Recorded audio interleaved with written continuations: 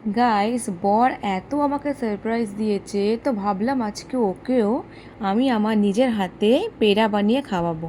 So বানাতে চলেছি বেসন কা পেড়া।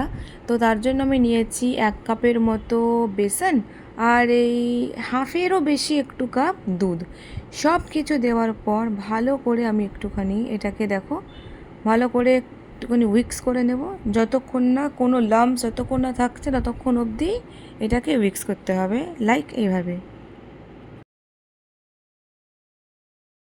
ভালো করে উইক্স হয়ে যাওয়ার পর এই দেখো নিয়ে নিয়েছি গোবর্ধন ঘি। এই ঘিটা আমার সব থেকে বেশি পছন্দের। তোমরা চাইলে যে কোনো আমুল ঘি বা নর্মাল ঘিও ইউজ করতে পারো, বাট আমি বলবো গোবর্ধন ঘিটা কিন্তু বেস্ট। 2 চামচ ঘি নিয়েছি, এ দেখো। তারপর এই গুলে রাখা এই বেসনের পেস্টটাকে এবারে তেলের মধ্যে ঘিয়ের মধ্যে পুরোটা দিয়ে দেবো এভাবে।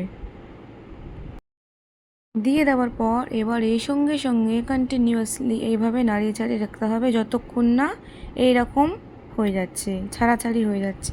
কন্টিনিউয়াসলি নাড়িয়ে থাকতে হবে গাইস, নাহলে কিন্তু ধরে গেলে পুরো জ্বলে যাবে আর খেতে কিন্তু বাজে লাগবে। তারপর ওরই সাথে আমি নিয়ে নেব, এই দেখো, 2 চামচ সুজি।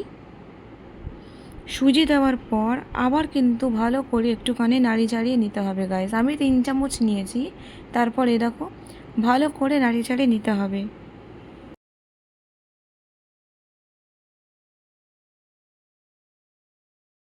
তারপর এটাকে সাইড করে রাখতে হবে। তারপর আমি নিয়েছি ব্রাউন সুগার। তোমরা চাইলে নর্মাল চিনিও ইউজ করতে পারো। 1/2 কাপের মতো চিনি আর 1/4 মতো জল দিয়ে রেখেছি। যতক্ষণ না চিনিটা গুলছে, যেই চিনি গুলে যাবে তার ওপর দেবে এই দেখো 2 চামচ গুঁড়ো দুধের পাউডার। গুঁড়ো দুধের পাউডার দিয়ে ভালো করে চিনির সাথে এটাকে গুলে নিতে হবে এইভাবে গাইস। তারপর সাইড করে রাখা বেসন আর সুজির যে পেস্ট বানিয়ে রেখেছি, এইটা পুরোটা এই জল আর দুধের মধ্যে দিয়ে দিতে হবে, দুধগুলোর মধ্যে দেওয়ার পর ভালো করে গাইস দেখো এইভাবে ভালো করে নাড়িয়ে চাড়িয়ে নিতে হবে। যতক্ষণ না শেপটা এরকম হয়ে যাচ্ছে ততক্ষণ অবধি ভালো করে নাড়িয়ে চাড়িয়ে নিতে হবে। সাবধান থাকতে হবে যেন নিচে লেগে না যায়। মাঝে মধ্যে আমি কিন্তু এর মধ্যে ঘিও দিয়েছি, ঘি দিয়ে আবার ভালো করে নাড়িয়ে চাড়িয়ে এইরকমভাবে রেখে কিছুক্ষণ ঠান্ডা করার পর এরকম রোল শেপ করে আমি একটা শেপ করেছি।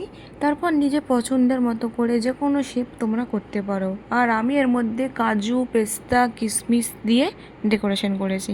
কেমন লাগলো ব্লগটা গাইজ, আমাকে কিন্তু অবশ্যই কমেন্ট করে বলবে।